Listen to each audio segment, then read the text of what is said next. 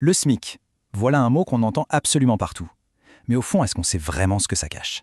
Comment il est calculé? Qui est vraiment concerné? Allez, on décortique ça ensemble pour y voir un peu plus clair. Alors, pour commencer, SMIC, ça veut dire quoi? Salaire minimum interprofessionnel de croissance. En gros, c'est tout simple, c'est le salaire horaire plancher. Légalement, un employeur n'a pas le droit de payer un salarié en dessous de ce montant. L'objectif, c'est de garantir un revenu décent et surtout de s'assurer que le pouvoir d'achat ne s'effrite pas avec la hausse des prix. Bon, assez de théorie, passons aux chiffres. Concrètement, pour 2026, ça donne quoi? On va regarder tout ça, du brut jusqu'au net. Alors, le point de départ, la base de tout calcul, c'est le taux horaire brut. Depuis le 1er janvier 2026, il est de 12,02 €. Si on rapporte ça au mois, pour un contrat classique de 35 heures par semaine, on arrive à un salaire mensuel brut de 1 823,03 €. Mais bien sûr, le brut, c'est une chose. Ce qui nous intéresse tous, c'est ce qui tombe vraiment sur le compte en banque.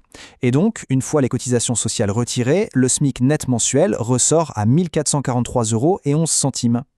D'accord, mais une question se pose. Comment on arrive à ces montants? Est-ce que c'est décidé un peu au hasard? Eh bien non, pas du tout. Le SMIC, c'est une formule de calcul bien précise, une revalorisation qui est automatique chaque année. En fait, cette revalorisation, elle dépend de deux grands facteurs. Le premier, c'est l'inflation. Logique, si le coût de la vie augmente, le SMIC doit augmenter aussi. C'est donc indexé sur les prix à la consommation pour les ménages les plus modestes. Le deuxième facteur, c'est la croissance des salaires des autres. Le SMIC progresse en fonction de la moitié du gain de pouvoir d'achat du salaire des ouvriers et employés. L'idée est simple, éviter que les plus bas revenus ne décrochent complètement. Et puis, au-delà de ce calcul automatique, il y a une autre possibilité, le fameux coup de pouce. Le gouvernement peut décider de son propre chef de donner un petit extra. Ça s'est déjà vu. Mais attention, pour 2026, il n'y en a pas eu. On s'en est tenu à l'application stricte de la formule. Alors, maintenant qu'on a vu les chiffres et le calcul, on peut se demander, mais qui ça concerne au juste? Combien de personnes sont payées au SMIC en France? C'est là qu'on touche au phénomène de la smicardisation, un mot qu'on entend de plus en plus. Eh bien, le chiffre est assez impressionnant. On parle de plus de 3 millions de salariés.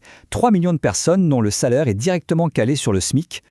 Et pour mettre ça en perspective, ces 3 millions, ça représente 17% de tous les salariés du secteur privé. C'est énorme. Mais le plus fou, c'est l'évolution. Cette proportion a doublé en 30 ans. Doublé. Forcément, un chiffre pareil, ça fait parler, et ça alimente pas mal de débats.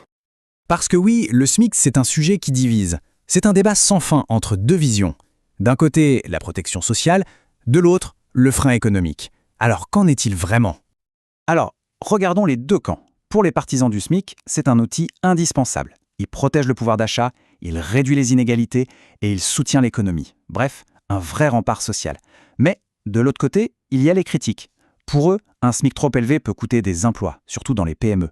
Et puis, il y a ce fameux tassement des salaires. Quand le SMIC rattrape les salaires juste au-dessus, ça peut décourager la progression de carrière. Alors au final, le SMIC, c'est quoi? Une protection nécessaire pour les plus fragiles ou un frein pour notre économie? Comme on vient de le voir, la réponse est loin d'être noire ou blanche. Et c'est justement tout l'enjeu. Trouver ce fragile équilibre, un défi que la France doit relever chaque année.